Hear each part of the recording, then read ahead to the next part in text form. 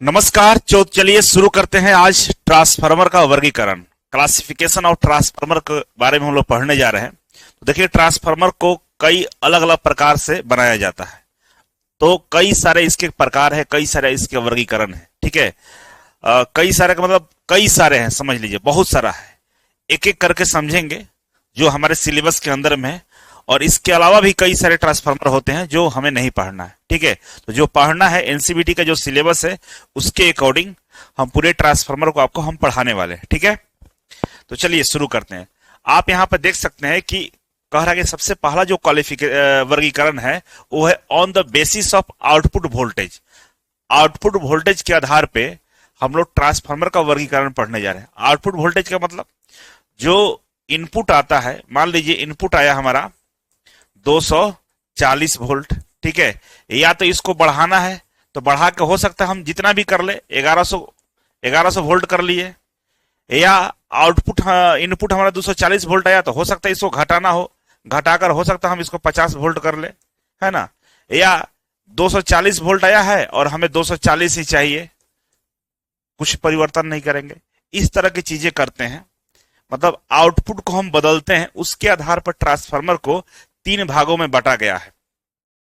पहला होता है स्टेप अप ट्रांसफार्मर। क्या होता है? स्टेप अप ट्रांसफार्मर होता है।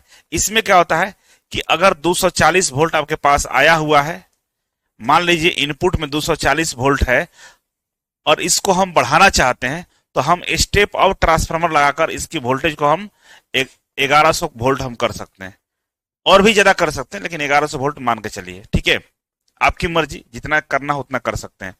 दूसरा स्टेप डाउन ट्रांसफार्मर की बात करें, है ना। स्टेप डाउन में होता क्या है कि हमारे पास 240 वोल्ट आया हुआ है, ठीक है, लेकिन इसको कम करना है, हमारा मर्जी है कि हम 50 वोल्ट करना चाहते हैं। ठीक है, तो हम यहां पे स्टेप डाउन ट्रांसफार्मर लगाते हैं। ठीक है, एक होता है आइसोलेशन ट्रांसफार्मर। इसका काम क्या है? ये कम ज्यादा नहीं करता है। मान लीजिए आपके पास 240 इनपुट में है तो आउटपुट में भी 240 वोल्ट ही देगा, ज्यादा नहीं देगा। ये बस एक सेफ्टी के लिए यूज किया जाता है, जो आगे हम लोग डिटेल समझेंगे कि सेफ्टी के किस तरह यूज करते हैं। ठीक है, तो चलिए एक एक करके समझते हैं डिटेल्स में। तो पहला आपके सामने दिख रहा होगा स्क्रीन पे, स्टेप अप ट्रांसफार्मर। ठीक है, अब स्टेप अप ट्रांसफार्मर के कई सारे गुण होते हैं, पहले गुण समझ लीजिए, इसको एक्सप्लेन कर दूंगा। यहां पर देखिए स्टेप अप ट्रांसफार्मर का फिगर लगा हुआ है। तो स्टेप अप ट्रांसफार्मर में हमेशा प्राइमरी वाइंडिंग में नंबर ऑफ टर्न कम होगा। आप देखिए यहाँ पे जो ये तार लपेटा हुआ है, इसे आप देखिए ध्यान से, ये तार जो लपेटा हुआ है यहाँ पे 1 2 3 4 5 है। ठीक है, 5, एक नीचे वाला ये 6, मान लीजिए 6 लपेटा हुआ है। नंबर ऑफ टर्न कितना है? 6 है। प्राइमरी वाइंडिंग में 6 नंबर ऑफ टर्न है, n इक्वल टू 6 है। किसमें? प्राइमरी में। सेकेंडरी में देखिए कितना है, इतना ही गिन नहीं पाइएगा आप, कितना है बहुत ज्यादा मात्रा में, मान लीजिए 50 है। यहाँ पे कितना है? नंबर ऑफ टर्न 50 है। तो अगर NS की बात करें, सेकेंडरी नंबर ऑफ टर्न की बात करें, तो 50 है। तो इस बात से स्पष्ट होता है कि जो स्टेप अप ट्रांसफार्मर होता है उसके सेकेंडरी वाइंडिंग में नंबर ऑफ जो टर्न होता है वो ज्यादा होता है। ठीक है, क्यों ज्यादा होता है? क्योंकि स्टेप अप ट्रांसफार्मर के जो प्राइमरी साइड होता है वहां पर वोल्टेज हमारा कम दिया जाता है। आप देखिए यहाँ पे 100 वोल्टेज दिया गया है। कितना दिया गया है? 100 वोल्टेज दिया गया है। और सेकेंडरी साइड देखिए हमारा 400 वोल्टेज हमको मिल रहा है। कितना मिल रहा है? 400 वोल्टेज मिल रहा है। तो 4 गुना हमारा क्या हो गया? वोल्टेज बढ़ गया। तो प्राइमरी साइड में नंबर ऑफ टर्न कम रखते हैं, वोल्टेज भी कम होता है। सेकेंडरी साइड में नंबर ऑफ टर्न ज्यादा होता है, वोल्टेज भी ज्यादा होता है। और जिस साइड नंबर ऑफ टर्न ज्यादा रहेगा उसी साइड आपका वोल्टेज भी ज्यादा मिलता है। ठीक है, तो इससे आपको स्पष्ट हो गया होगा कि हम क्या करना चाहते हैं। और इसका जो लेआउट डायग्राम होता है, सर्किट डायग्राम की बात करें तो यहां पर देखिए स्पष्ट तौर पर लिखा हुआ है, ये प्राइमरी वाइंडिंग है और ये सेकेंडरी वाइंडिंग है। और ये जो आपका ऐसे ऐसे दिख रहा है ना, ये नंबर ऑफ टर्न है। आप देखिए सेकेंडरी वाइंडिंग में नंबर ऑफ टर्न ज्यादा है, प्राइमरी में नंबर ऑफ टर्न आपका कम दिख रहा है। ठीक है, बीच में ये मैग्नेटिक कोर है, ये इनपुट वोल्ट हमने दिया और इधर हमें आउटपुट वोल्टेज मिलता है। तो इनपुट में कितना दिए थे? 100 वोल्ट। आउटपुट में कितना मिला हमें? 400 वोल्ट। ठीक है, तो इस तरह से हम लोग स्टेप ऑफ ट्रांसफार्मर के बारे में जानते हैं। सेम यही लाइनें यहाँ पर लिखा गया है। चलिए लाइन को भी आपको पढ़ के समझा देते हैं। क्या लिखा हुआ है? यह ट्रांसफार्मर निम्न वोल्टेज को उच्च वोल्टेज में परिवर्तित करता है। यह ट्रांसफार्मर क्या कहता है कि निम्न वोल्टेज को उच्च वोल्टेज में परिवर्तित करता है। हमें आउटपुट कहां से मिलता है? सेकेंडरी वाइंडिंग से मिलता है। ठीक है, इसमें सेकेंडरी वाइंडिंग में नंबर ऑफ टर्न की संख्या प्राइमरी से अधिक होता है। सही बात है, प्राइमरी से अधिक सेकेंडरी में नंबर ऑफ टर्न होता है हमारा। ठीक है, दूसरा बोला कि उदाहरण के तौर पर बोला कि पावर स्टेशन में जनरेटर से प्राप्त वोल्टेज 11 किलो वोल्ट को ट्रांसमिशन स्तर पर 132 किलो वोल्ट या अधिक तक बढ़ाने के लिए हम इसका उपयोग करते हैं। क्या कह रहा है कि पावर स्टेशन में, जहां पर पावर स्टेशन होता है, वहां से हम लोग बिजली की सप्लाई कहीं दूर, कई किलोमीटर दूर तक करते हैं। तो हम लोग क्या करते हैं कि पावर स्टेशन में अगर 11 किलो वोल्ट है और हमको कई किलोमीटर दूर बिजली को भेजना है, तो 11 किलो वोल्ट ही भेजेंगे तो और वहां पर वोल्टेज डाउन हो जाएगा, क्योंकि बीच में लॉसेस होता है। तो हम करते क्या है कि नंबर ऑफ टर्न को सेकेंडरी वाइंडिंग में बढ़ा देते हैं। नंबर ऑफ टर्न को सेकेंडरी वाइंडिंग में बढ़ा देंगे तो एग्जाम्पल के लिए समझिए यहाँ पे कि यहाँ पे हमने कितना दिया, 11 किलो वोल्ट हमारा स्टेशन के पास हमारा क्या हुआ है, उपलब्ध है, और हमें इसको ट्रांसमिट करना 10 किलोमीटर। तो हम क्या करते हैं, प्राइमरी में 11 किलो वोल्ट किए और सेकेंडरी में हम लोग, हमें मिलेगा कितना, 132 किलो वोल्ट मिल जाएगा। और 132 किलो वोल्ट को हम लोग पकड़ के जहां भेजना वहां भेज देते हैं, और जहां जाता है वहां फिर स्टेप डाउन ट्रांसफार्मर लगाकर हम फिर इतना वोल्टेज को मैनेज कर लेते हैं। ठीक है, तो इस तरीके से पावर स्टेशन में ये काम करता है। कह रहा है कि three phase step of transformer में, जो 3 फेज ट्रांसफार्मर होता है उसमें डेल्टा टू डेल्टा कनेक्शन का उपयोग किया जाता है। जो 3 फेज ट्रांसफार्मर होता है उसमें डेल्टा टू डेल्टा जो कनेक्शन होता है किया जाता है। क्यों किया जाता है? क्योंकि जब हाई करंट और बैलेंस वोल्टेज की आवश्यकता होती है। कब किया जाता है? जब हाई करंट और बैलेंस वोल्टेज की आवश्यकता होती है। जो ये हमारा 3 फेज ट्रांसफार्मर होता है, जहां से हम लोग डिस्ट्रीब्यूशन लाइन में यूज करते हैं, तो उसके जो अंदर जो हमारा जो वाइंडिंग होता है दोनों में, प्राइमरी और सेकेंडरी में, दोनों में डेल्टा में हम कनेक्ट करते हैं, डेल्टा वाइंडिंग करते हैं। क्यों? क्योंकि ट्रांसमिशन लाइन में न्यूट्रल की आवश्यकता नहीं होता है, तो दोनों से हम लोग डेल्टा कनेक्शन करते हैं। तो न्यूट्रल की जरूरत है नहीं, तो दोनों में डेल्टा कर देते हैं। और डेल्टा कनेक्शन करने का फायदा ये होता है कि आपका पावर बढ़िया मिलता है, हाई करंट और बैलेंस्ड वोल्टेज हमें प्राप्त हो जाती है। ठीक है, कह रहा है कि पावर लॉस कम करने के लिए हाई वोल्टेज ट्रांसमिशन का इस्तेमाल किया जाता है। कह रहा है कि किसी बिजली को, मतलब करंट और वोल्टेज को दूर तक ट्रांसमिट करना है तो हम लोग हाई वोल्टेज करके ट्रांसमिट करते हैं, उससे पावर लॉसेस हमारा कम होता है। ठीक है, तो ये समझ गए होंगे आप लोग। तो हम आगे बढ़ते हैं। अब स्टेप डाउन ट्रांसफार्मर आ गया आपके सामने। क्या आ गया? Step down transformer. तो समझिए स्टेप डाउन किसको बोलेंगे। अब हमारा जो आक्स क्या है, मतलब हमें क्या चाहिए, पावर कम चाहिए। स्टेप डाउन मतलब आपको वोल्टेज कम चाहिए। तो वोल्टेज कम कहां चाहिए? सेकेंडरी वाइंडिंग में वोल्टेज कम होगा, क्योंकि यही सेकेंडरी वाइंडिंग से आपके घरों तक बिजली पहुंचेगी, जहां भेजना हो वहां जाएगा। तो जहां भेजना है वहां हमें बिजली कम चाहिए, और हमारे पास 1000 क्या है, वोल्ट हमारा बिजली है, इसको कम करना है। तो हम क्या करेंगे, 1000 वोल्ट प्राइमरी में हम भेजेंगे।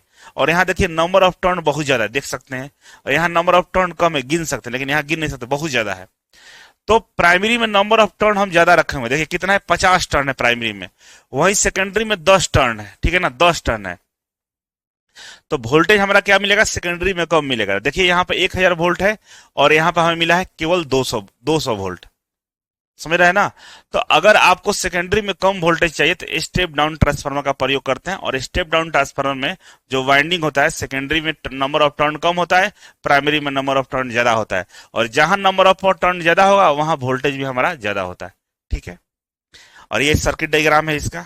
आप देखिए यहाँ पर सेकेंडरी में नंबर ऑफ टर्न कम है, यहाँ प्राइमरी में नंबर ऑफ टर्न ज्यादा है, तो इसलिए प्राइमरी में हाई वोल्टेज रहेगा और सेकेंडरी में लो वोल्टेज रहेगा। ठीक है, अब यहां पर देखेंगे तो यहाँ पर लो करंट दिया हुआ है और यहाँ पर हाई करंट दिया हुआ है, मतलब वही फॉर्मूला है, V इंटू आई है ना, इसको मैनेज करना होता है। अगर वोल्टेज बढ़ेगा तो भाई करंट को घटाना पड़ता है। देखिए यहाँ पर वोल्टेज ज्यादा है तो करंट कम है, यहाँ पर वोल्टेज कम हुआ तो करंट ज्यादा हुआ, क्योंकि पावर ट्रांसफार्मर कभी भी पावर में बदलाव नहीं करता है, पावर आपको सेम मिलेगा। वोल्टेज करंट में ऊपर नीचे कर देगा, पावर में कोई डिस्टरबेंस नहीं करता है। ठीक है, तो आइए यही चीज यहाँ लिखा हुआ है कि यह ट्रांसफार्मर उच्च वोल्टेज को निम्न वोल्टेज में परिवर्तित करता है। ये क्या करता है, उच्च वोल्टेज को 1000 वोल्टेज को 200 वोल्टेज में करता है, निम्न वोल्टेज में करता है। ठीक है, यह वितरण प्रणाली में यूज किया जाता है। यह वितरण प्रणाली मतलब जो पावर ग्रिड से आपके घरों तक जो बिजली आती है उसको वितरण प्रणाली बोलते हैं, उसको डिस्ट्रीब्यूशन बोलते हैं। क्या बोलते हैं, डिस्ट्रीब्यूशन। तो डिस्ट्रीब्यूशन वाला में इसका हम लोग प्रयोग करते हैं। ठीक है, अब आपके सामने आता है कि इस ट्रांसफार्मर में प्रथम कुंडली में अधिकतम तथा द्वितीय कुंडली में कम टर्न होता है। कह रहा है कि प्राइमरी में नंबर ऑफ टर्न ज्यादा होता है, सेकेंडरी में नंबर ऑफ टर्न कम होता है ना। तो N2 मतलब सेकेंडरी वाइंडिंग हमारा ज्यादा होता है नंबर ऑफ टर्न, और N1 मतलब प्राइमरी में हमारा नंबर ऑफ टर्न कम होता है। ठीक है, तो N2 is greater than N1, तो N2 में नंबर ऑफ टर्न ज्यादा होता है। ठीक है, उदाहरण के लिए घरेलू उपयोग के लिए हम लोग ट्रांसमिशन वोल्टेज 11 किलो वोल्ट को 230 वोल्ट में बदलते हैं। जो पावर ग्रिड में वोल्टेज आता है 11,000 वोल्ट होता है। कितना आता है, 11,000 वोल्ट, इसको 11 किलो वोल्ट बोलते हैं। अब हमारे घरों में कितना आता है, 230 वोल्ट, तो हमको वोल्टेज कम चाहिए तो हम ये वाला स्टेप डाउन ट्रांसफार्मर लगाते हैं। तो 11 किलो वोल्ट को 230 वोल्ट में बदल के हमारे घर तक पहुंचाने का काम करता है। ठीक है, यहां तक समझ में आ गया, तो आगे बढ़ते हैं। अब तीसरा आता है हमारा आइसोलेशन ट्रांसफार्मर। आइसोलेशन ट्रांसफार्मर क्या करता है, इसमें नंबर ऑफ टर्न दोनों में बराबर होता है। प्राइमरी में और सेकेंडरी में दोनों में नंबर ऑफ टर्न बराबर होगा, आप देख लीजिए बराबर होगा। और अगर यहाँ 240 वोल्ट है प्राइमरी में, तो सेकेंडरी में भी 240 वोल्ट मिलेगा, कोई परिवर्तन नहीं होगा। तो फिर आप बोलेंगे तो यूज क्यों करते हैं, क्या जरूरत है इसको उपयोग करने का, तो जरूरत है। क्या जरूरत है, तो आप देखिए इस प्रकार के ट्रांसफार्मर में इनपुट और आउटपुट वोल्टेज समान होते हैं, ये तो सही है। मुख्य उद्देश्य इसका ये होता है पृथक्करण के लिए इलेक्ट्रिकल आइसोलेशन पैदा करना होता है। उदाहरण संवेदनशील उपकरण की सुरक्षा के लिए हम प्रयोगशाला में इसका उपयोग करते हैं। कह रहा है कि इलेक्ट्रिकल आइसोलेशन, इलेक्ट्रिकल आइसोलेशन क्या हुआ, समझिए इस बात को। जैसे हमको ये करना है कि कट ऑफ करना है, मतलब बहुत सारा ऐसा सुरक्षा डिवाइसेस होती हैं जहां पे, जैसे यहाँ लिखा हुआ है कि प्रयोगशाला, प्रयोगशाला में बहुत सारी चीजें ऐसी होती है जो स्विच सिस्टम से बंद नहीं करते हैं उसको। ऐसा नहीं कि स्विच बंद कर दिया तो बंद होगा, ऐसा नहीं करते हैं हम लोग। ये आइसोलेशन ट्रांसफार्मर का उपयोग करते हैं। हम प्राइमरी में कनेक्शन को कट ऑफ कर देंगे तो सारा बिजली इधर कट जाएगा। जब यहाँ करंट वोल्टेज जाएगा नहीं तो बिजली इधर जाएगा नहीं। स्विच जब आप ऑफ करते हैं तो मेन स्विच ऑफ करते हैं, न्यूट्रल से करंट जाता रहता है, ठीक है ना, और हमारे डिवाइस को हानि पहुंचा सकता है। स्विच में खराबी कुछ भी होगा दिक्कत हो सकता है। लेकिन ट्रांसफार्मर रहेगा हमारा, हमें तो आउटपुट में उतना ही वोल्टेज आ रहा है, तो हम मेन सप्लाई को काटेंगे तो वोल्टेज इधर जाएगा ही नहीं, क्योंकि यहाँ मैग्नेटिक फील्ड बनेगा नहीं तो वोल्टेज नहीं जाएगा। तो हमारा इलेक्ट्रिकल आइसोलेशन मिल जाता है कि आपको किसी तरह का कोई टेंशन वाला विषय नहीं है, लाइन ही नहीं जा रहा है ना। स्विच कटता है तो लाइन कटता नहीं है, लाइन रहता है, लेकिन उस वाले पर्टिकुलर रीजन में लाइन कटता है। यहाँ पर ऐसा नहीं होगा, पूरा सिस्टम ही बंद हो जाएगा। ठीक है, इसके लिए हम लोग इसका उपयोग करते हैं, बहुत ज्यादा इसका उपयोग नहीं है। ठीक है, अब चलिए आगे बढ़ते हैं। अब एक तो हम लोग वोल्टेज के आउटपुट पर समझ लीजिए। अब समझिए on the basis of core, core के आधार पर ट्रांसफार्मर का वर्गीकरण किया गया है। और कोर के आधार पर भी ट्रांसफार्मर 3 तरीके का होता है। पहला होता है कोर टाइप ट्रांसफार्मर, दूसरा होता है सेल टाइप ट्रांसफार्मर, और तीसरा होता है बैरी प्रकार ट्रांसफार्मर। ठीक है, यहां भी 3 तरीके का ट्रांसफार्मर होता है। आइए तीनों के बारे में एक एक करके समझ लेते हैं। पहला आया हमारे पास कोर टाइप ट्रांसफार्मर। ठीक है, कोर टाइप ट्रांसफार्मर, देखिए ये कोर टाइप ट्रांसफार्मर है। अब इसमें इधर प्राइमरी वाइंडिंग है, इधर सेकेंडरी वाइंडिंग है, और ये बीच में कोर है, ये फ्लक्स है। तो इसमें फ्लक्स जाने का रास्ता एक ही होता है, एक ही रास्ता से फ्लक्स जाता है, इसीलिए इसको कोर टाइप बोलते हैं। आप देखिए यहाँ पे कह रहा है कि इसमें एक चुंबकीय रास्ता होता है। कोर टाइप में फ्लक्स को जाने की जो रास्ता होता है एक ही होता है।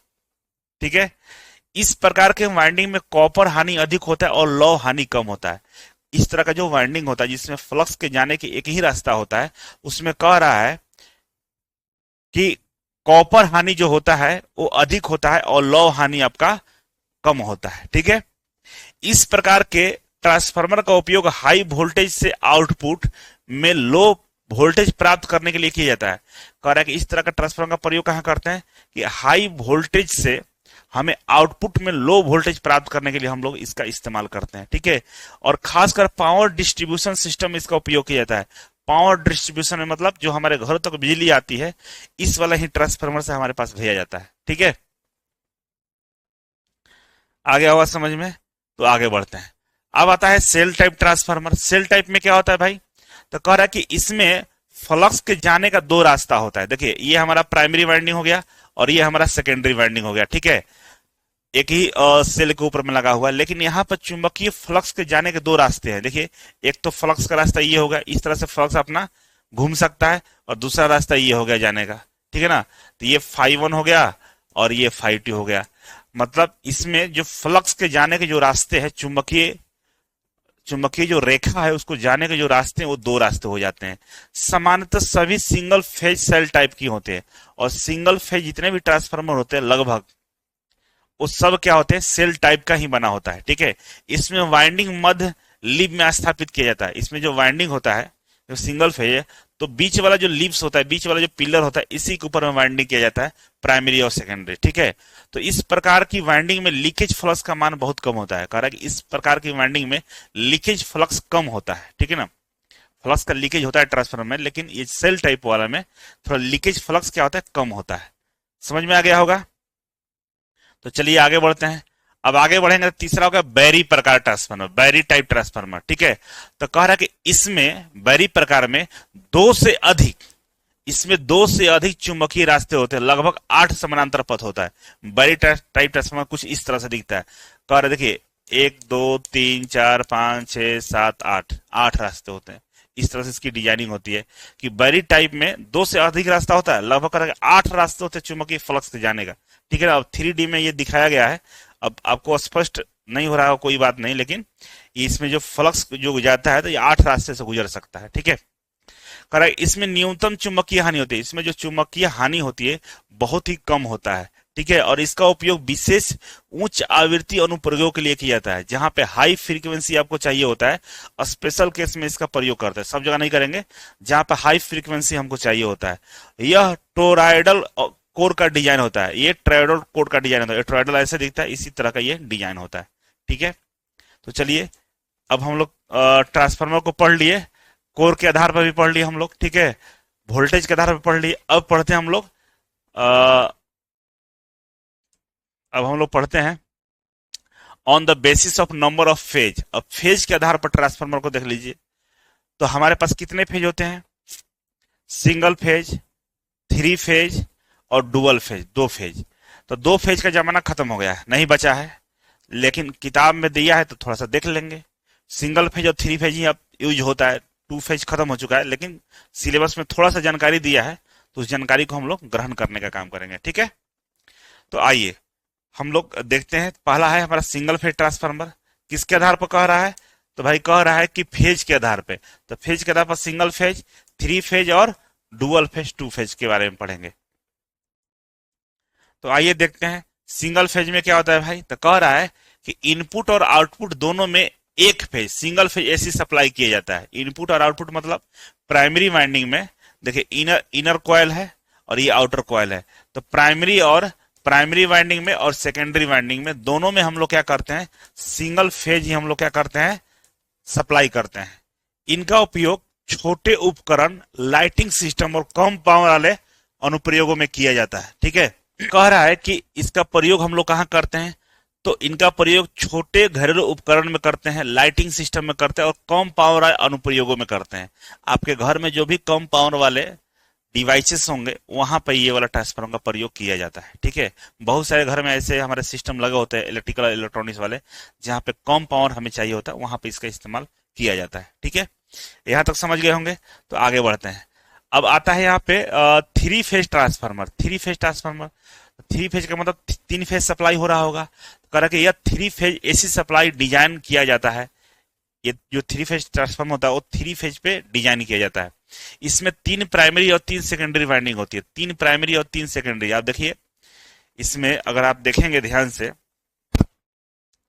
तो यहाँ पे ये 1 2 और 3 फेज हो गया, 1 2 और 3, ठीक है ना। तो तीन गो अलग अलग बना हुआ है। तो एगो में ये प्राइमरी है और ये सेकेंडरी है, ये प्राइमरी है और ये सेकेंडरी है, ये प्राइमरी है और ये सेकेंडरी है। एगो जाएगा एगो आएगा, इनपुट आउटपुट है ना। तो 3 फेज यहाँ पर सप्लाई दिख रहा होगा और तीनों फेज सप्लाई में प्राइमरी सेकेंडरी करके यहाँ पर कनेक्शन किया हुआ है। कह रहा है कि यह बड़ी industrial machinery, power distribution network और हाई पावर सिस्टम में इसका प्रयोग किया जाता है। तो थ्री फेज कहाँ यूज होता है? जहाँ बहुत बड़ी बड़ी मशीनें होती है वहां थ्री फेज यूज होता है। तो हम लोग कहाँ करेंगे? वहीं बड़ी बड़ी मशीनों में करेंगे। ठीक है, उदाहरण के लिए कह रहा है ग्रिड सब स्टेशन और फैक्ट्रियों में लगे ट्रांसफार्मर। कह रहा है कि ग्रिड सब स्टेशन होता है जहां फैक्ट्रियां लगा होता है, वहां इसका हम लोग प्रयोग करते हैं। ठीक है, चलो आगे बढ़े। आता है अब दो फेज वाला, डुअल फेज। ठीक है, तो कह रहा है कि यह दुर्लभ और विशेष अनुप्रयोगों में प्रयोग किया जाता है। दुर्लभ का मतलब अब ये मार्केट से खत्म हो चुका है। ठीक है, पुराने विद्युत सिस्टम में कभी कभी दो फेज जहां पे 90 डिग्री का अंतर होता है उस वहां पे हम लोग करते हैं। ठीक है, यहाँ देखिए टू फेज है, इसमें प्राइमरी सेकेंडरी, इसमें एक फेज इसमें गया, इसमें प्राइमरी सेकेंडरी एक फेज इसमें गया, दो फेज में चलता है। लेकिन ये बहुत दुर्लभ हो गया है। और टू फेज का मतलब जो फेज डिफरेंस होता है वो हमारा 90 डिग्री का होता है। ठीक है, चलो अब आता है on the basis of cooling. Cooling के आधार पे ट्रांसफार्मर को ठंडा करते हैं ना। ट्रांसफार्मर के जो हमारा कंस्ट्रक्शन होता है उसके अंदर में तेल भरा रहता है और ट्रांसफार्मर में हीटिंग होती है और वो हीट को बाहर निकालते हैं। उस तरह से ट्रांसफार्मर का डिजाइन कई तरह का होता है, उसके आधार पर ट्रांसफार्मर का वर्गीकरण कर दिया गया है। हम बोले थे ना कि ट्रांसफार्मर कई तरह का होता है, मतलब कई तरह का। अभी देख सकते कितना ट्रांसफार्मर पढ़ लिए, अभी और आगे पढ़िएगा। ठीक है, तो चलिए शुरू करते हैं। तो इसमें जो होता है पहला होता है air cool transformer. Air cool transformer होता है और इसका भी दो प्रकार होता है, एक ड्राई टाइप प्राकृतिक वायु शीतलन और एक फोर्स्ड एयर कूल होता है जो पंखे से हवा फेंक के हम लोग ठंडा करते हैं। एयर कूल्ड में मतलब जो हवा से ठंडा होता है उसमें भी दो प्रकार होता है, एक जो अपने आप ठंडा हो जाता है, हवा हवा बह रहा है उसमें ठंडा हो रहा है, एक वो नहीं, एक वो पंखा लगा के ठंडा करते हैं। ठीक है, दूसरा बोल रहा है कि oil cooled transformer. Oil cooled transformer इसमें तीन तरह का होता है, एक होता है oil emerge natural cooled transformer, oil उसमें डाला हुआ है और अपने अपने ठंडा हो रहा है ना, प्राकृतिक रूप से वो ठंडा हो रहा है, एक तो हुआ। दूसरा oil emerge forced air cooled transformer, दूसरा उसमें ऑयल तो डाला हुआ है लेकिन हम क्या करते हैं पंखे से उसको ठंडा करते हैं, हवा मारते हैं तेल पे, हम लोग बाहर से हवा मारते हैं तेल को ठंडा करते हैं तो ट्रांसफार्मर ठंडा होता है।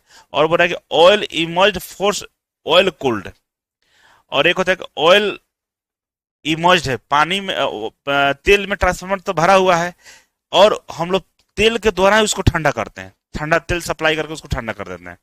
तेल से भरा हुआ टैंक है, उसमें ट्रांसफार्मर का सिस्टम रखा हुआ है, अंदर वाला तेल गर्म हो रहा है तो बाहर से ठंडा तेल का सप्लाई करते हैं और गर्म तेल को बाहर निकालते हैं, उससे हम लोग ठंडा करते हैं, सर्कुलेशन बना देते हैं। ठीक है, तीसरा हुआ वाटर कूल्ड ट्रांसफार्मर और चौथा सिलिकॉन फ्लूइड ट्रांसफार्मर। ठीक है, तो ये चार टाइप होता है हमारा शीतलन प्रणाली के आधार पे, ट्रांसफार्मर को ठंडा करने के आधार पे ये ट्रांसफार्मर का वर्गीकरण है। तो चलिए एक एक करके देख लेते हैं।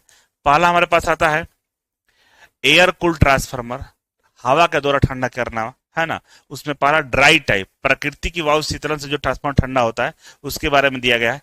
तो कुछ इस तरह से दिखता है ये ट्रांसफार्मर। ठीक है, और कह रहा है कि इसमें कोई तरल शीतलक कूलेंट नहीं होता है, केवल हवा से ठंडा किया जाता है। क्या कह रहा है, इसमें तेल उल नहीं भरा रहता है। आप शुरू में ट्रांसफार्मर पढ़ा था जो उसमें बड़ा कंटेनर होता है उसमें तेल भरा रहता है, उसके ऊपर हम ट्रांसफार्मर को डाल देते हैं, वाइंडिंग वाइंडिंग को डाल के बंद कर दें, ऐसा इसमें कुछ नहीं होता है। ये एकदम आपको ऐसे खुला खुला दिखता है।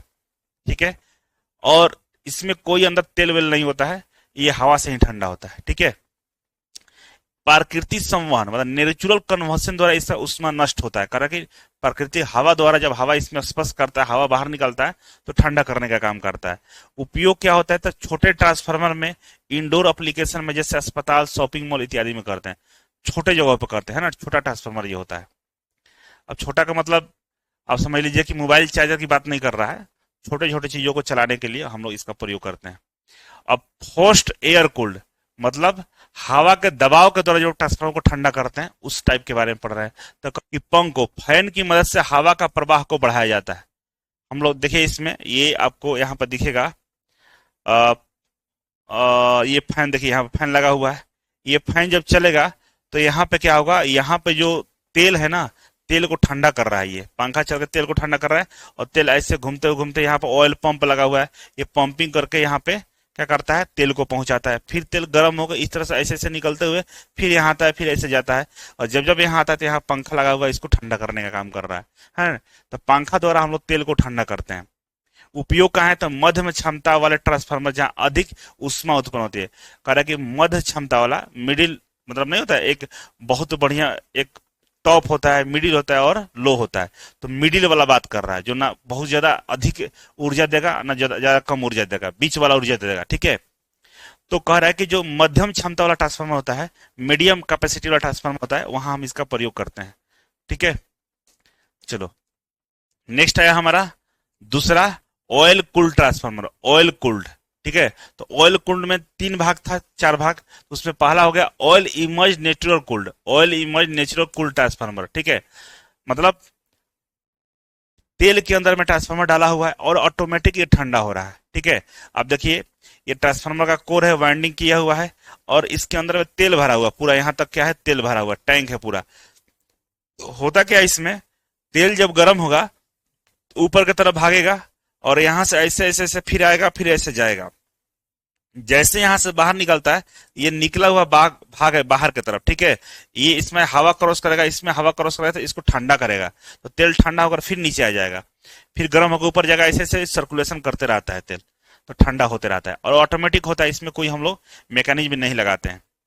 तो कह रहा है कि ट्रांसफार्मर में इंसुलेटिंग ऑयल, मिनरल ऑयल को डुबाया जाता है, ठीक है। ट्रांसफार्मर को इंसुलेटिंग ऑयल में डुबाया जाता है, ट्रांसफार्मर ऑयल में, ठीक है। रेडिएटर द्वारा प्राकृतिक संवहन से ठंडा किया जाता है, इसको रेडिएटर ही बोलते हैं। जो बाहर भाग निकला हुआ है ना, इसको ऐसे फिंस बोलते हैं। जो हमारा बीटेक जो टेक्निकल में इसको फिंस बोलते हैं, बाहर निकला रहता है पत्ती जैसा ऐसे ऐसे, लेकिन एक रेडिएटर जैसा ही होता है। गाड़ी में रेडिएटर देखे होंगे आप लोग, पानी डाला, जनरेटर गांव में आता है ना चालू करने के लिए, उसके बाहर एक रेडिएटर लगा रहता है, रेडिएटर, उसमें पानी डालते हैं हम लोग। क्यों पानी डालते हैं, क्योंकि वो इंजन के अंदर में पानी जाता है और इंजन को ठंडा करता है। उसी तरह से रेडिएटर जैसा काम करता है, इधर से तेल, गर्म तेल जाएगा, इधर ठंडा होकर फिर वापस आ जाएगा, ठीक है। और उपयोग कौन से ट्रांसफार्मर में देखने को मिलता है, तो जो डिस्ट्रीब्यूशन ट्रांसफार्मर होता है वहां पे ये देखने को मिलता है। आपके आसपास देखिएगा ट्रांसफार्मर जो लगा होगा आपके मोहल्ले में, तो वहां पे ट्रांसफार्मर में पंखा नहीं लगा होगा, ऐसे ही ट्रांसफार्मर होगा, आराम से वो हनाना आ रहा होगा। तो वहां पे इस तरह के फिंस, बहुत सारा पत्तियां जैसे निकला होगा, वहां पे ये उपयोग किया जाता है, ठीक है। अब चलो आगे, अब नेक्स्ट आता है हमारा oil emerged force air cooled, मतलब तेल में डाला हुआ है ना, तेल में डाला हुआ, लेकिन हम हवा के माध्यम से, हवा का के प्रभाव से हम तेल को ठंडा करते हैं। आप देखिए ये पूरा ट्रांसफार्मर है, इसमें कूलिंग हो रही है। तो यहाँ पे देखिएगा, तो ये जो बाहर वाला जो फिंस है ना, ये बाहर वाला फिंस है जहां पर तेल ऐसे से घूम रहा है, यहाँ पर पंखा लगा हुआ है, देखिए यहाँ पे, और ये पंखा हवा मार के इस तेल को ठंडा करने का काम कर रहा है। इसीलिए बोल रहे हैं कि तेल में इमर्ज्ड है, मतलब डूबा हुआ है, लेकिन फोर्स्ड एयर कूल्ड, पंखा के हवा के दबाव से ठंडा करते हैं, ठीक है। तो इसमें रेडिएटर में पंखा लगा होता है जो तेल को तेजी से ठंडा करने का काम करता है, ठीक है। जो बड़ा बड़ा ट्रांसफार्मर होता है वहां पर हमें ये देखने को मिलता है। तो जहां पे सब स्टेशन होगा ना, जहां पे ग्रिड होगा, वहां पर जाइएगा तो बड़े बड़े ट्रांसफार्मर में ये पंखा आपको देखने को मिल जाएगा, ठीक है। चलो ये भी हो गया। सी आया इसमें कि ऑयल इमर्ज्ड और ऑयल कूल्ड, तेल में डाला हुआ है इसका पूरा सिस्टम, और तेल, इस तेल में डाला हुआ है पूरा सिस्टम, तेल गर्म होगा और तेल से ही ठंडा करेंगे। तो कैसे करते हैं हम लोग, तो देखिए यहाँ भी फैन लगा हुआ है, लेकिन हम करते क्या है कि इसमें तेल, फ्रेश तेल डालते हैं। मतलब ये जो, ये आपको पीला पीला दिख रहा है, इसमें तेल है, ठीक है। तो तेल के द्वारा ठंडा करते हैं, मतलब यहां से तेल आया अंदर, ये गर्म वाला तेल है, लेकिन इस वाले में ठंडा तेल डाला हुआ है, इसमें क्या है, ठंडा तेल है। और ये ठंडा तेल, इसमें जो तेल है ना बाहर वाला, इसके चारों तरफ जो बाहर तेल है उसको ठंडा करने का काम करता है। मतलब ट्रांसफार्मर के तेल को चेंज नहीं करेंगे, तेल तो सेम तेल ऐसे रोटेट कर रहा है, लेकिन इसके अंदर में जो पाइप है ना, उस पाइप में ठंडा तेल डाला रहता है, वो ठंडा तेल गर्म तेल को ठंडा करने का काम करता है, ठीक है। मतलब एक तरह से हीट एक्सचेंजर के रूप में अतिरिक्त शीतलन प्रदान करता है। बहुत बड़े ट्रांसफार्मर में भी हम इसका उपयोग करते हैं, ठीक है। चलिए ये हो गया। नेक्स्ट है हमारा वाटर कूल्ड। वाटर कूल्ड में क्या होता है, तो भाई जो ये पाइप है ना, ये पाइप, ये तो तेल, इसमें भरा हुआ तेल है पूरा ट्रांसफार्मर में, इधर से तेल आया, ऐसे ऐसे ऐसे घूम के फिर वापस तेल चला गया। तो ये तेल गर्म होकर इधर आता है, फिर वापस जाता है, तेल तो सर्कुलेशन में है। लेकिन ये जो नीला नीला जो पाइप दिख रहा है, इस नीला वाला पाइप में पानी रहता है। कौन सा पानी, ठंडा पानी रहता है। देखिए यहाँ से पानी हम लोग डालते हैं और यहाँ से पानी बाहर निकलता है, फिर पानी हम लोग फ्रेश, फिर पानी डालेंगे, फिर पानी बाहर निकलेगा। तो ठंडा पानी लगातार डालकर निकालते रहते हैं, और इसी के बगल से गर्म वाला तेल को हम लोग इधर भेजते हैं, तो गर्म तेल ठंडा होकर इधर जाता है। तो मतलब पानी द्वारा जो ठंडा करते हैं तेल को, तो उसी के आधार पे हम लोग ट्रांसफार्मर का वर्गीकरण कर दिए हैं, जिसको हम लोग बोलते हैं कि ये वाटर कूल ट्रांसफार्मर है। इसमें क्या करते हैं, पानी के हीट एक्सचेंज द्वारा हम लोग ट्रांसफार्मर का जो तेल है उसको ठंडा करते हैं। उपयोग कहाँ करते हैं, तो बहुत हाई पावर एप्लीकेशन में, जैसे बड़े बड़े उद्योग में, पनबिजली संयंत्र में, जहां पे पानी द्वारा बिजली का उत्पादन किया जाता है, वहां पर जो ट्रांसफार्मर होता है वहां पर हम इसका प्रयोग कर लेते हैं। और बड़े बड़े उद्योग धंधे होते हैं जहां पे तेल का थोड़ा सा खरीद के उपयोग करना महंगा पड़ता है, वहां पर पानी से हम लोग सिस्टम से ठंडा कर लेते हैं। ठीक है, अब ये सब जुगाड़ है, अलग अलग तरीके, आप जिससे ठंडा कर लीजिए, आपकी मर्जी है। ठीक है, अब आता है हमारे पास सिलिकॉन आधारित तरल का उपयोग किया जाता है। सॉरी, चौथा है silicon plywood transformer, silicon fluid transformer. ठीक है ना, सिलिकॉन फ्लूइड ट्रांसफार्मर के बारे में पढ़ेंगे। तो कह रहा है कि सिलिकॉन आधारित तरल का उपयोग किया जाता है किसके लिए, ये आग रोधी होता है। सिलिकॉन जो होता है ना, आग का दुश्मन होता है, आग नहीं लगने देता है। तो सिलिकॉन द्वारा ही हम ट्रांसफार्मर को ठंडा करने का काम करते हैं। ठीक है, तो कहां करते हैं इसका उपयोग, जहां सुरक्षा अधिक महत्वपूर्ण है, जैसे अंडरग्राउंड सब स्टेशन में। अंडरग्राउंड जो सब स्टेशन होता है वहां पर सिलिकॉन का उपयोग करते हैं हम लोग ट्रांसफार्मर को ठंडा करने के लिए। क्यों, क्योंकि आग लगेगा ही नहीं, क्योंकि सिलिकॉन में आग नहीं लगेगा जल्दी, वो बुझाने का ही काम करता है, आग का दुश्मन होता है। इसलिए हम लोग सिलिकॉन आधारित तरल पदार्थ का प्रयोग करते हैं। और कहाँ उपयोग करते हैं, जहां पे अंडरग्राउंड होता है। ठीक है, चलिए अब हम आगे बढ़ते हैं। तो आगे बढ़ेंगे तो यहाँ पे देख सकते हैं कि अब पढ़ेंगे ऑटो ट्रांसफार्मर। ठीक है ना, ऑटो ट्रांसफार्मर, ये कौन सा ट्रांसफार्मर हुआ भाई, तो ऑटो ट्रांसफार्मर के बारे में हम आपको बता दें कि आपके घरों में जो स्टेबलाइजर होता है ना, वोल्टेज को कम होता है तो ऐसे घुमाते हैं तो वोल्टेज बढ़ जाता है। नहीं होता कि स्टेबलाइजर लगा लीजिए, वोल्टेज कम बेसी रहो, उसको मेंटेन करेगा, यही वाला रहता है, ऑटो ट्रांसफार्मर होता है। ठीक है, इसमें क्या होता है कि एक ही में दो भाग बांट देते हैं, है ना। और ये होता है हमारा सेकेंडरी साइड में नीब होता है। ठीक है ना, पॉइंटर होता है जो ऊपर नीचे करता है। इसको पकड़ कर ऐसे घुमाइएगा ना तो ये ऊपर की तरफ जाएगा, और ऐसे करिए तो नीचे की तरफ आएगा। तो आपको कितना घटाना बढ़ाना उस पर डिपेंड करेगा। मान लीजिए प्राइमरी साइज में देखिए, अभी यहां से यहां तक वाइंडिंग है ना, प्राइमरी साइड में यहां से यहां तक है, तो नंबर ऑफ टर्न की बात करें प्राइमरी में तो अभी ज्यादा है। और सेकेंडरी देखेगा तो सेकेंडरी यहां से यहां तक हुआ, मतलब एक के में आपस में बांट लिया है, तो सेकेंडरी हो गया हमारा। और सेकेंडरी में नंबर ऑफ वाइंडिंग कम है, आप गिनिए यहां से गिनिए 1 2 3 4, ऐसे नॉर्मल हम काउंट कर रहे हैं। और प्राइमरी में देखिए 1 2 3 4 5 बढ़ गया ना, ऐसे एक एक करके गिनिएगा ऐसे ऐसे। तो ये प्राइमरी में बहुत ज्यादा, क्योंकि प्राइमरी यहां से लेकर यहां तक है और सेकेंडरी यहां से यहां तक है। अब क्या होता है कि सेकेंडरी में तो नंबर ऑफ टर्न कम है, यहां से यहां तक ये कम है, तो वोल्टेज हमारा यहाँ कम मिलेगा। मान लो यहाँ पे हमारा 1100 वोल्ट है, तो यहाँ हमारा हो सकता है 240 वोल्ट मिले। ठीक है, लेकिन आपका नीड ये है कि नहीं, हम वोल्टेज को और ज्यादा करेंगे, 500 वोल्ट करेंगे। तो जो सेकेंडरी साइड वाला वाइंडिंग यहाँ तक है, इसको पढ़कर ऐसे घुमाइएगा ऐसे, तो निब और पढ़कर ऊपर इसमें टच करा दीजिए, इसमें यहाँ तक हो जाएगा, तो वोल्टेज हमारा और बढ़ जाएगा। घटाना है तो और नीचे करके यहाँ निब ला दीजिए, तो वोल्टेज आपका और घट जाएगा। तो एक ही वाइंडिंग में हम लोग दो भाग करके पॉइंटर के थ्रू कम या ज्यादा करते हैं, तो हमें वोल्टेज कम या ज्यादा मिलता है। ठीक है, समझ में आ गया होगा, तो इसको समझते हैं। और आप देखिएगा तो ये सारे ट्रांसफार्मर आपको दिख रहा होगा कहीं रेडियो टीवी वगैरह में, तो वहां पर एक्चुअली मतलब कम ज्यादा नहीं करना होता है। लेकिन आपके घर में जो स्टेबलाइजर होता है ना, तो वहां पर देखिएगा आदमी ऐसे बढ़ाता घटाता है, अंदर यही वाला ट्रांसफार्मर लगा रहता है, सेम अंदर डिजाइनिंग ये वाला होती है। ठीक है, तो ये कह रहा है कि इसमें प्राइमरी और सेकेंडरी वाइंडिंग एक ही कॉमन वाइंडिंग के रूप में जुड़ी होती है।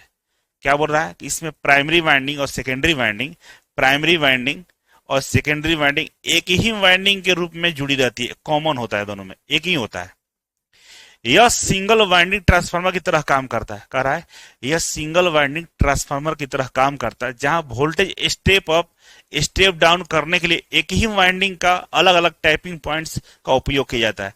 कह रहा है कि वोल्टेज को बढ़ाने घटाने के लिए एक ही वाइंडिंग में हम टैपिंग पॉइंट का इस्तेमाल करते हैं। ठीक है, क्या करते हैं, टैपिंग पॉइंट का इस्तेमाल करते हैं। मान लीजिए यहां करिएगा तो ये मान लीजिए 5 वोल्ट हो जाएगा, यहां करिएगा तो 10 वोल्ट हो जाएगा, यहां करिएगा तो 20 वोल्ट हो जाएगा, यहां करिएगा तो 50 वोल्ट हो जाएगा, यहां करिएगा तो 60 वोल्ट हो जाएगा, यहां करिएगा तो 70 वोल्ट हो जाएगा। और इधर हमारा मान लीजिए कि 240 वोल्ट है। तो आपका मर्जी है कितना आपको वोल्टेज चाहिए। अगर आपको 60-50 वोल्ट चाहिए तो यहाँ पर रखिए, आपको चाहिए 10 वोल्टेज तो घुमा के नीचे करिए, पॉइंटर को यहाँ पर टच करा दीजिए। और आपको चाहिए 70 वोल्टेज तो यहाँ करा दीजिए। तो एक ही वाइंडिंग में हम लोग टैपिंग पॉइंट का इस्तेमाल करके कम या ज्यादा करते हैं, ठीक है। ऑटो ट्रांसफार्मर सेल्फ इंडक्शन के आधार सिद्धांत पर काम करता है। किस पे काम करता है? सेल्फ इंडक्शन के सिद्धांत पर काम करता है, ठीक है। चलो,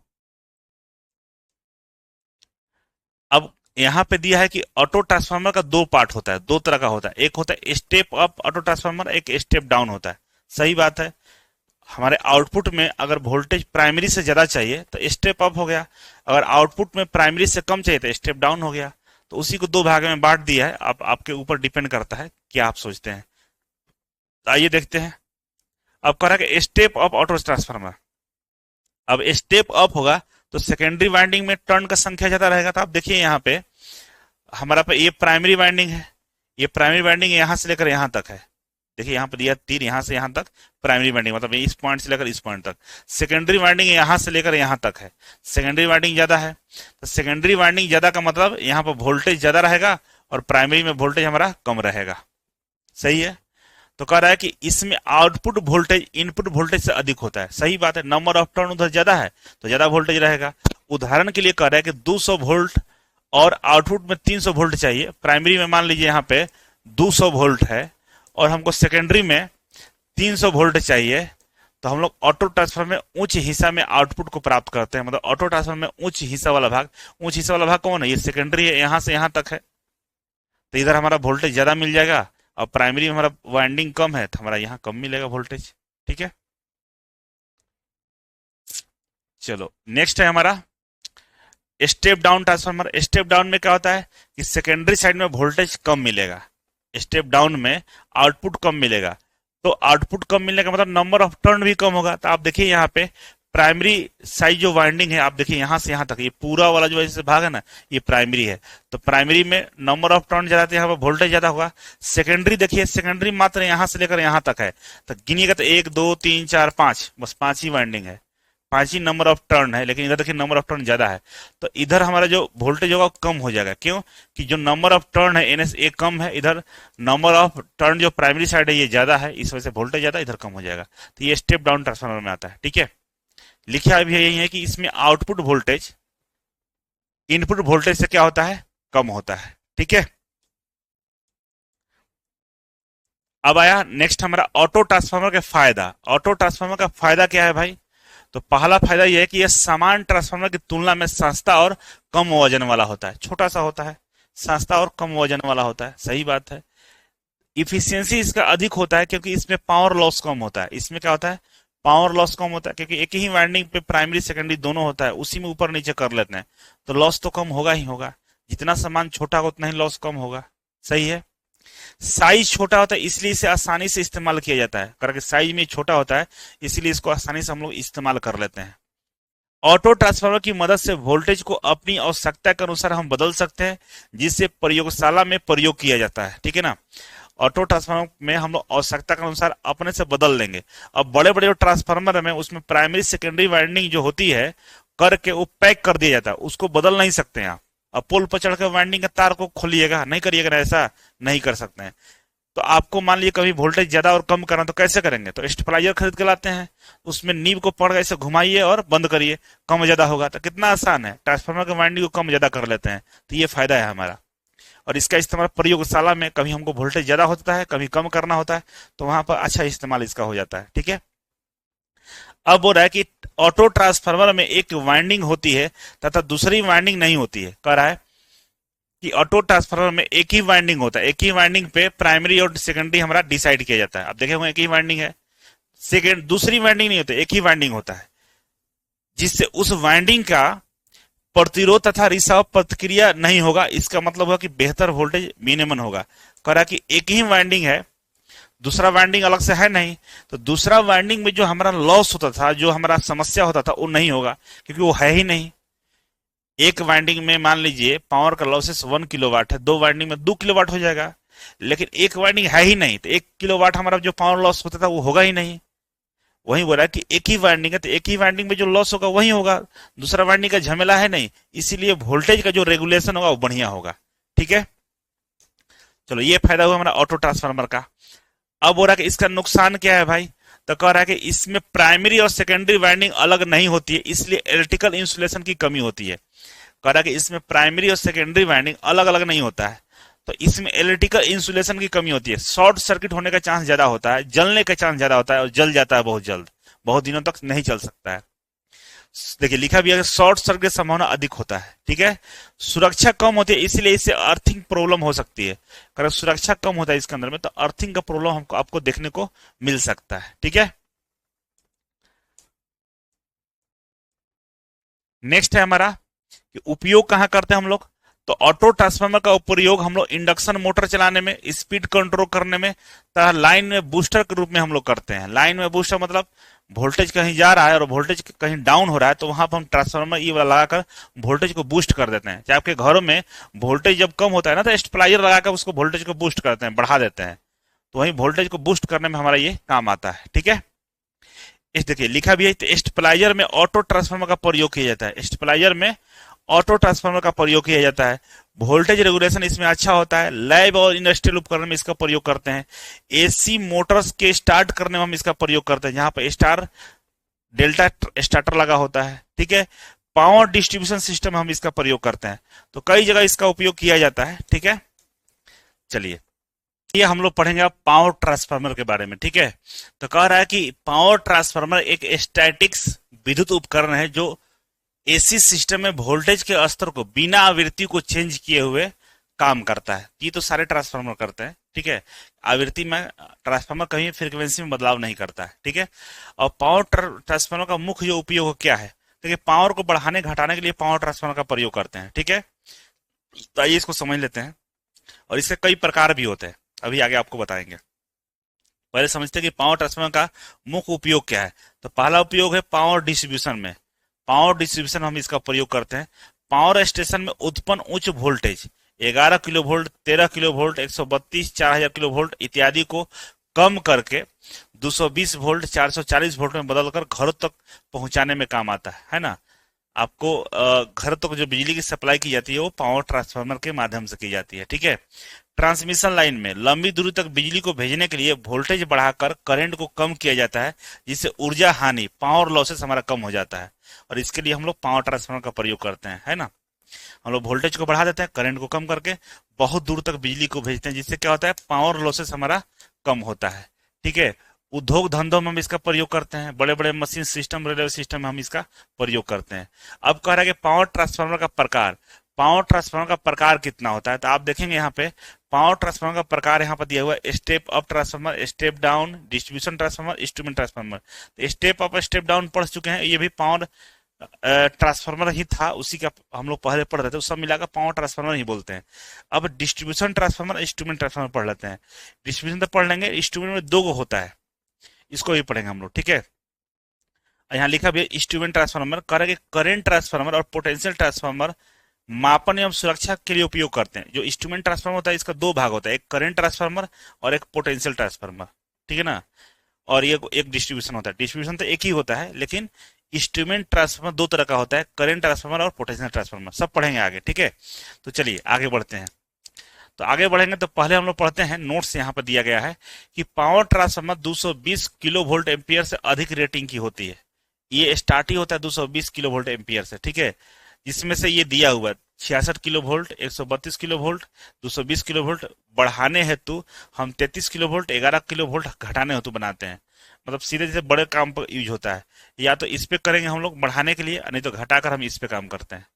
फुल लोड पर इसकी दक्षता अधिक होती है, तो पूरा लोड पे इसको चलाइएगा तो बढ़िया काम करता है, ठीक है। अब आगे आते हैं, तो देखिए डिस्ट्रीब्यूशन ट्रांसफार्मर पढ़ते हैं। और डिस्ट्रीब्यूशन ट्रांसफार्मर आप कौन सा होता है, तो आपके घरों में, आपके मोहल्ले में जो ट्रांसफार्मर ये लगता है ना, इसको डिस्ट्रीब्यूशन ट्रांसफार्मर बोलते हैं। ये क्या करता है, जो सप्लाई हमारा कहाँ से आती है, ग्रिड से आती है ना। देखिए इधर अंदर अंदर की तरफ है प्राइमरी, ये सेकेंडरी है। तो ग्रिड से जो सप्लाई आती है वो 11 या तो होगा हमारा 11 किलो वोल्ट, उसको कम करके 230 वोल्ट, 400 किलो वोल्ट तक कम करके हमारे घरों तक भेजता है। वही उसी को हम लोग डिस्ट्रीब्यूशन ट्रांसफार्मर बोलते हैं। कह रहा है कि वितरण ट्रांसफार्मर एक कम वोल्टेज वाला ट्रांसफार्मर होता है, जिसका उपयोग बिजली को अंतिम उपभोक्ता तक पहुंचाता है। अंतिम उपभोक्ता कौन है, हम हैं, आप हैं, आपके घरों में, दुकान में इत्यादि में पहुंचाता है। तो डिस्ट्रीब्यूशन ट्रांसफार्मर क्या करता है कि पावर ग्रिड से जो हमारे पास, उसके पास जो वोल्टेज करंट आता है, पावर आता है, उसको घरों तक पहुंचाने के लिए, अंतिम उपभोक्ता तक पहुंचाने के लिए काम आता है। ठीक है, कह रहा है कि यह high voltage 11 kilovolt 66 kilo volt को लो वोल्टेज 440 वोल्ट 233 वोल्ट में बदलता है। ठीक है, distribution transformer step down transformer की तरह उपयोग करते हैं हम लोग। डिस्ट्रीब्यूशन ट्रांसफार्मर जो होता है वो स्टेप डाउन ट्रांसफार्मर होता है। ठीक है, डिस्ट्रीब्यूशन ट्रांसफार्मर सब स्टेशन पर भी प्रयोग किया जाता है। कह रहा है कि सब स्टेशन जो पावर ग्रिड है वहां भी हम लोग डिस्ट्रीब्यूशन ट्रांसफार्मर का प्रयोग करते हैं। ठीक है, चलिए इसके बाद हम आगे बढ़ते हैं। तो कह रहा है कि वितरण ट्रांसफार्मर में आमतौर पर प्राथमिक वाइंडिंग डेल्टा होता है और द्वितीयक वाइंडिंग स्टार होता है। वितरण में क्या होता है कि प्राइमरी जो होता है वो डेल्टा होता है और सेकेंडरी हमारा क्या होता है, स्टार होता है। ये सेकेंडरी हो गया, स्टार हो गया। स्टार क्यों होता है, क्योंकि ये थ्री फेज हो गया, आर वाई और बी। यहां न्यूट्रल प्राइमरी में चाहिए भी नहीं। सेकेंडरी से क्या होता है कि हमारे घरों तक बिजली सप्लाई होती है, तो सेकेंडरी में ये आर वाई बी हो गया, ये फेज हो गया, ये भी फेज ये भी फेज, लेकिन हमारे घर में न्यूट्रल वायर चाहिए ना, तो यहां से बीच से इसका न्यूट्रल भी निकल जाता है एन।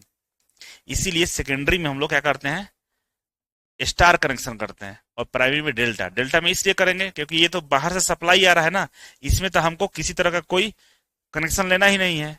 अब प्राइमरी से जब सेकेंडरी में हमारे पास वोल्टेज आता है और वही सेकेंडरी हमारे घरों तक आता है, तब यहाँ पे जो तीन फेज है, तीन फेज के बाद न्यूट्रल भी चाहिए होता है, तो हम बीच से न्यूट्रल को निकाल लेते हैं। ठीक है, कह रहा है कि वितरण ट्रांसफार्मर जो डिस्ट्रीब्यूशन ट्रांसफार्मर है, पूर्ण भार पर दक्षता आमतौर पर 90 से 98% होता है। कह रहा है कि डिस्ट्रीब्यूशन ट्रांसफार्मर का जो क्षमता होता है वो आमतौर पे 95% से लेकर 98% तक होता है। ठीक है, और कह रहा है कि 500 kilo volt ampere output transformer को डिस्ट्रीब्यूशन ट्रांसफार्मर कहते हैं। यह सामान्यतः 11 किलो वोल्ट से लेकर 440 वोल्ट तक घटता है। कह रहा है कि 500 किलो वोल्ट एम्पियर को, मतलब इतने तक के ट्रांसफार्मर को हम डिस्ट्रीब्यूशन ट्रांसफार्मर बोलते हैं, और 11 किलो वोल्ट से लेकर 440 वोल्ट तक हम इसका उपयोग करते हैं। 11 किलो वोल्ट से 440 वोल्ट के बीच में हम लोग उपयोग में लाते हैं। ठीक है, चलिए अब आगे बढ़ते हैं। आगे बढ़ेंगे तो हमारे पास आता है इंस्ट्रूमेंट ट्रांसफार्मर। क्या आता है, इंस्ट्रूमेंट ट्रांसफार्मर। अब इंस्ट्रूमेंट ट्रांसफार्मर क्या होता है, तो छोटे छोटे डिवाइस जो होते हैं ना, जिससे हम लोग मेजरिंग इंस्ट्रूमेंट्स बोलते हैं, उसमें हम लोग इसका प्रयोग करते हैं। तो मेजरिंग इंस्ट्रूमेंट्स में हम जो प्रयोग करते हैं उसको इंस्ट्रूमेंट ट्रांसफार्मर बोलते हैं। और ये दो तरीके का होता है, एक होता है करंट ट्रांसफार्मर जिसको सीटी बोलते हैं, और दूसरा होता है पोटेंशियल ट्रांसफार्मर जिसको हम लोग पीटी बोलते हैं। ठीक है, या भीटी भी बोलते हैं, वोल्टेज ट्रांसफार्मर। ठीक है, तो आइए इसको हम लोग समझते हैं। तो पहले आपके सामने हमारा करंट ट्रांसफार्मर है, सीटी है, करंट ट्रांसफार्मर। ठीक है, कौन सा ट्रांसफार्मर है, करंट ट्रांसफार्मर। अब इसको समझिए, करंट ट्रांसफार्मर में जो हमारा ये ऐसे गोलाकार जैसा होता है, रिंग जैसा। ठीक है, यहाँ पे वाइंडिंग की रहती है, तो जो वाइंडिंग की जो सेकेंडरी वाइंडिंग होती है, क्या होती है, सेकेंडरी वाइंडिंग होती है। और मेजरिंग इंस्ट्रूमेंट में प्रयोग करते हैं ना, तो जिसको मेजर करते हो वो प्राइमरी वाइंडिंग हो जाता है। जैसे एग्जांपल के लिए हम बात करें, आपको मैं यहां दिखाऊंगा तो आप समझ जाएंगे कि किस तरह से ये काम करता है। आइए आपको दिखाता हूं मैं यहाँ पे। ये देखिए टोंग टोस्टर है, ठीक है ना, टोंग टोस्टर है, और ये क्या करता है, करंट को मेजर करता है। तो ये इस तरह से क्लैंप होता है। ये मान लीजिए कि लाइन है, इसमें करंट जा रहा है, इसके करंट को मेजर करना है, तो हाथ से छूकर, किसी चीज से छूकर नहीं मेजर कर सकते हैं, क्योंकि वोल्टेज बहुत ज्यादा है, करंट बहुत ज्यादा है। तो यहाँ पे कोई काम नहीं करेगा, कोई डिवाइस काम नहीं करेगा, जल जाएगा। डायरेक्ट मान लीजिए कि आपको मीटर या वोल्ट मीटर लगा के मेजर करिएगा तो काम नहीं करेगा। तो हम लोग क्या करते हैं, टोंग टोस्टर ट्रांसफार्मर लाते हैं, इंस्ट्रूमेंट ट्रांसफार्मर लाते हैं, सीटी ट्रांसफार्मर लाते हैं, और इसमें करंट जा रहा है। तो इसमें जो करंट जा रहा है, जो वोल्टेज सप्लाई है, इसको हम लोग प्राइमरी मान लेते हैं, और जो हमारा डिवाइस है ना टोंग टोस्टर, वो सेकेंडरी मान लेते हैं। इसको ले जाकर ऐसे कर लेते हैं, इसके बीच में ऐसे लगा लेंगे। जब ऐसे लगा लेंगे तो ये जो तार है ना, ये प्राइमरी वाइंडिंग का काम करेगा, और ये टोंग है ये सेकेंडरी का काम करेगा। देखिए यही किया हुआ है। इधर जो है ये सेकेंडरी वाइंडिंग हो जाएगा, ठीक है ना, ये कौन सा हो जाएगा, सेकेंडरी वाइंडिंग हो जाएगा, और इधर ये वाला जो है ये प्राइमरी वाइंडिंग हो जाएगा। लिखा भी होगा कहीं, नहीं लिखा, उधर दिखाएंगे। ठीक है, तो प्राइमरी और सेकेंडरी हो गया। अब सेकेंडरी के अंदर में एमीटर मीटर लगा के हम लोग मेजर कर लेते हैं। ठीक है, अब पीछे आएंगे तो आपको समझ में आएगा स्पष्ट तौर पे। आप आइए पीछे, देखिए अब यहाँ पर देखिए सीडी ट्रांसफार्मर है, तो होता क्या है कि यहाँ पे अभी तो गोल दिखा है, रिंग जैसा दिखा रहा है। जिस भी तार में करंट जा रहा है उसमें लगा दीजिए इस तरह से रिंग, यहाँ से ओपन हो जाएगा, ऐसे ऐसे क्लोज कर दीजिए, ठीक है। तो इस ये जो स्टीमर जो ढका हुआ पार्ट होता है, इसी के अंदर में वाइंडिंग की रहती है, और ये जो वाइंडिंग की जाती है वो सेकेंडरी वाइंडिंग होती है। कौन सी होती है? सेकेंडरी। और तार में जो करंट ये जा रहा है ये हमारा प्राइमरी वाइंडिंग हो जाता है, ठीक है। अब प्राइमरी वाइंडिंग में वोल्टेज मान लीजिए 11 किलो वोल्ट है, 11,000 वोल्ट है हमारा। तो 11,000 वोल्ट में कोई जुगाड़ तो लगा के मेजर करेंगे नहीं, ट्रांसफार्मर ही लगाना पड़ेगा। तो इसको जब लगाते हैं तो 11,000 वोल्ट हमारा इसमें आ जाता है, किसमें? सेकेंडरी वाला में। और सेकेंडरी वाला में जो नंबर ऑफ टर्न है उसके रेशियो से हम लोग यहाँ पे अमीटर लगा के हम पता कर सकते हैं कि इसके अंदर में वोल्टेज और करंट कितना है हमारा, ठीक है। ठीक है, पता कर सकते हैं। तो इसी तो हम लोग यहां से हम मेजरमेंट कर लेते हैं रेशियो से। रेशियो मालूम है ना? नंबर ऑफ टर्न प्राइमरी का, और प्राइमरी का करंट या वोल्टेज मान लीजिए प्राइमरी का, इक्वल टू सेकेंडरी का नंबर ऑफ टर्न और सेकेंडरी का हमारा करंट। इसी रेशियो से हम लोग मेजर करके निकाल लेते हैं, आगे आपको बताएंगे, ठीक है। यहां तक तो कोई दिक्कत नहीं होगा। तो आइएगा लाइन को समझा देता हूं मैं यहाँ पे। कह रहा है कि सीटी का उद्देश्य हाई प्राइमरी करंट को लो सेकेंडरी करंट जैसे 1000 एम्पियर से 10 एम्पियर में बदलने का होता है। इस वाला में जो करंट जा रहा है वो कितना है हमारा? 1000 एम्पियर के लिए एग्जाम्पल दे रहा है, ठीक है। और हमको 10 एम्पियर में लाना है, बदलना है। तो यहां से हम क्या करेंगे, इसमें 1000 एम्पियर, इसके अंदर में जो आएगा ना वो हमारा कितना आएगा? 10 एम्पियर आएगा। मीटर बता देगा आपका कि कितना एम्पियर करंट है, 10 एम्पियर करना हो। तो इस कंडीशन में हम लोग सिटी ट्रांसफार्मर का प्रयोग करते हैं, ठीक है। कह रहा है कि करंट ट्रांसफार्मर जिसको सिटी बोलते हैं, प्राइमरी वाइंडिंग में टर्न की संख्या कम, अक्सर एक या कुछ ही टर्न होता है। प्राइमरी में तो क्या है, तार ही है एक, तो उसमें टर्न क्या एक ही होगा, या दो हो सकता है, दो तार हो सकता है, तो एक ही मान के चलता है, ठीक है। लेकिन सेकेंडरी में कहता है कि बहुत ज्यादा टर्न होता है, ज्यादा टर्न होता है। सेकेंडरी में टर्न की संख्या ज्यादा होता है। सेकेंडरी में टर्न की संख्या ज्यादा है, तो समझिए यहाँ पर लॉजिक क्या है। तो यहाँ पर प्राइमरी में हमारा क्या होगा, वोल्टेज जो होगा, टर्न कम है तो वोल्टेज कम होगा। सेकेंडरी में वोल्टेज हमारा ज्यादा होगा, अब प्राइमरी में वोल्टेज हमारा कम होगा। लेकिन प्राइमरी में जो हमारा करंट होगा आई वो ज्यादा होगा, और सेकेंडरी में हमारा जो करंट होगा वो हमारा कम होगा, होगा ना। तो जहां पर नंबर ऑफ टर्न ज्यादा रहेगा वहां पर करंट कम हो जाता है और वोल्टेज बढ़ जाता है, ध्यान रखिएगा। और हमें चाहिए क्या? करंट ही तो चाहिए, क्योंकि करंट ट्रांसफार्मर है ना, करंट को ही कम करना है। यहाँ क्या लिखा हुआ है? करंट को कम करना है। तो जहां नंबर ऑफ टर्न ज्यादा रहता है तो वोल्टेज तो बढ़ता है लेकिन करंट घट जाता है, ध्यान रहेगा ना। प्राइमरी जो वाइंडिंग होता है वो सीरीज में जुड़ा रहता है, कारण कि प्राइमरी वाइंडिंग इसके साथ में, ये जो ऑटो ट्रांसफार्मर सिटी ट्रांसफार्मर है इसके साथ में सीरीज में जुड़ा रहता है, सीरीज में ही है, ठीक है।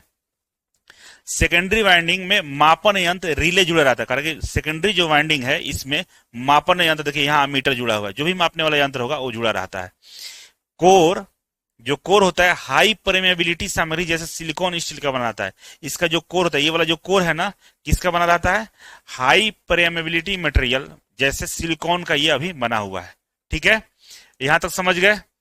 तो आगे बढ़े हम, चलो अब आगे बढ़ते हैं। यहाँ पर सर्किट डायग्राम दिया हुआ है, देख लीजिएगा। अब यहाँ पर बोला कि जुगाड़ कैसे लगाते हैं, तो जुगाड़ लगाने के लिए हम लोग ट्रांसफार्मर रेशियो का प्रयोग करते हैं। ट्रांसफार्मर रेशियो का प्रयोग करते हैं। ट्रांसफार्मर रेशियो क्या होता है भाई? आईपी मतलब प्राइमरी का करंट और प्राइमरी का वाइंडिंग इक्वल टू सेकेंडरी का करंट और सेकेंडरी का वाइंडिंग। तो देखिए आईपी अपन आई एस हो जाएगा ना, ये IP upon I S equal to N S upon NP, ये वाला फॉर्मूला से हम लोग निकाल लेंगे। तो एग्जाम्पल दिया है कि मान लीजिए प्राइमरी में 1 टर्न है और सेकेंडरी में 100 टर्न है। तो प्राइमरी में यदि प्राइमरी में 1 टर्न है और सेकेंडरी में 100 टर्न है, इसका मतलब हुआ कि प्राइमरी में 1 टर्न का मतलब इसके यहाँ गुना करो तिरछा तिरछी, तो प्राइमरी में 1 टर्न हुआ, सेकेंडरी में 100 टर्न हुआ। तो रेशियो जब निकालिएगा तो रेशियो आएगा हमारा आई एस इक्वल टू, यहाँ पर फिर से मैं बताता हूँ, यहाँ पे इस वाले फॉर्मूला का इस्तेमाल किया गया है, इस वाला का। कह रहा कि प्राइमरी में कितना टर्न है? 1 टर्न है, ठीक है, और सेकेंडरी में 100 टर्न है, यही है ना, 100 टर्न है। तो क्या आईपी के सामने क्या हुआ? 100, आई एस सामने 1, तो इसे आईपी के सामने 100, आई एस सामने 1, और यहां से निकालिएगा तो आईपी अपन 100 हो जाएगा। तो यदि प्राइमरी में 1000 एम्पियर है तो सेकेंडरी में कितना हो जाएगा? तो प्राइमरी में 1000 है तो इसको 1000 कर दीजिए, तो सेकेंडरी में कितना होता, कटा दीजिए, इसे 2 जीरो कट गया तो कितना होगा, 10 एम्पियर आया, तो सेकेंडरी में 10 एम्पियर होगा। तो ट्रांसफार्मर जो रेशियो है उसी से यहाँ पर हम खेला कर लेते हैं अपना, ठीक है। तो कह रहा है कि अगर N2 में नंबर ऑफ टर्न ज्यादा रहेगा, सेकेंडरी वाइंडिंग में नंबर ऑफ टर्न ज्यादा रहेगा और प्राइमरी में कम रहेगा, तो स्टेप अप बोलते हैं इसको, सबको मालूम है। सेकेंडरी में नंबर ऑफ टर्न ज्यादा रहेगा तो उसको स्टेप अप बोलते हैं, और सेकेंडरी में नंबर ऑफ टर्न कम रहेगा तो उसको स्टेप डाउन ट्रांसफार्मर बोलते हैं। ये तो बहुत पढ़ चुके हैं। यह करंट को स्टेप डाउन करता है, इसलिए इसे स्टेप डाउन ट्रांसफार्मर भी कहना ज्यादा सही होता है। कह कि जो करंट ट्रांसफार्मर होता है ये करंट को कम करता है, इसीलिए इसको हम लोग स्टेप डाउन ट्रांसफार्मर बोले तो वो ज्यादा बेटर रहेगा, ठीक है। सावधानी कह रहा है कि इसमें सावधानी क्या बरतना है भाई, तो कह रहा है कि सेकेंडरी सर्किट को कभी कभी खुला न छोड़े, अन्यथा हाई वोल्टेज इंडक्शन से खतरा हो सकता है। कह रहा है कि सेकेंडरी जो सर्किट है उसको खुला नहीं छोड़िए। जैसे यहाँ पे देखेंगे, यहाँ पे देखिए ये सेकेंडरी सर्किट है ये वाला, तो इसको खुला मत छोड़िए क्योंकि हाई वोल्टेज होता है, करंट भले कम होता है वोल्टेज हाई रहता है। खुला छोड़िएगा तो झटका उटका लग जाएगा और नुकसान पहुंच सकता है, इसीलिए सेकेंडरी को ढक के रखिए। कैसा रखिए, ढक के रखिए, बंद करके, नहीं तो क्या हो जाएगा, जान आपका ले लेगा। अब इसी का एक एग्जाम्पल है Tong toaster, clip on metre, जिसको हम लोग क्लिप टोस्टर बोलते हैं या टोंग टेस्टर बोलते हैं। इसी का एग्जाम्पल है, कौन सा, किसका एग्जाम्पल है, करंट ट्रांसफार्मर का एग्जाम्पल है। तो ये high high high current carrying wire है, इसमें अगर हमको करंट को मेजर करना है तो इसका इस्तेमाल करके मेजर करते हैं, ठीक है। तो कह रहा है क्लिप ऑन मीटर को टोंग टेस्टर भी कहा जाता है। क्लिप ऑन मीटर या क्लिप टेस्टर एक पोर्टेबल डिवाइस है जो बिना सर्किट को तोड़े करंट को मापने का काम करता है। और किस पे काम करता है, सीटी के सिद्धांत पर काम करता है, करंट ट्रांसफार्मर के सिद्धांत पर काम करता है। बिना सर्किट को तोड़े, ये तार है, तार को बिना तोड़े उड़े हम ऊपर में ऐसे पकड़ के हम लोग क्या करते हैं, करंट को मेजर कर लेते हैं, ठीक है। इसमें एक क्लैंप टाइप सीटी लगा होता है जिसे कंडक्टर के चारों ओर क्लैंप किया जाता है। कह रहा है कि इसमें एक क्लैंप टाइप सीटी लगा होता है, क्लैंप टाइप हमारा ट्रांसफार्मर लगा होता है। देखिए यहाँ पे ये नीब है, ये नीब को ऐसे पकड़ खींचिएगा ना, यहाँ से ये खुल जाएगा, ये बाहर ऐसे खुल जाएगा, ऐसे नीब को पकड़ खींचिएगा तो ये ऐसे खुल जाएगा, फिर छोड़िएगा तो ऐसे पकड़ लेगा। तो यहाँ खींच के ऐसे लाकर तार ऐसे नीचे खींचते हैं, ऐसे तार में छोड़ ऐसे लगाते हैं, फिर पकड़ लेता है, ठीक है। ये ऐसे करता है। कह रहा है कि यह केवल एसी को ही मापता है, ठीक है ना, ये टोंग टेस्टर केवल एसी को मापता है। डीसी करंट के लिए हॉल इफेक्ट सेंसर वाले मीटर चाहिए हमें, और डीसी को मेजर करना है तो हॉल इफेक्ट सेंसर वाला मीटर का हम लोग प्रयोग करते हैं, ठीक है। यह नॉन इनवेसिव तरीके से एसी करंट मापने के लिए सबसे सुरक्षित और आसान उपकरण है। It is the safest and easiest tool to measure the AC current non invasive way, ठीक है। सुरक्षित तरीका से ये मेजर करने का सबसे बढ़िया कारगर ये हमारा डिवाइस होता है। अब आता है वोल्टेज ट्रांसफार्मर, जिसको पोटेंशियल ट्रांसफार्मर भी बोलते हैं। तो कह रहा है कि वोल्टेज ट्रांसफार्मर पीटी या वीटी, पोटेंशियल ट्रांसफार्मर या वोल्टेज ट्रांसफार्मर एक इंस्ट्रूमेंट ट्रांसफार्मर है जिसका उपयोग उच्च वोल्टेज को कम और सुरक्षित स्तर पर परिवर्तित करने के लिए किया जाता है, ताकि इससे मीटरिंग, प्रोटेक्शन और कंट्रोल सिस्टम का उपयोग किया जा सके।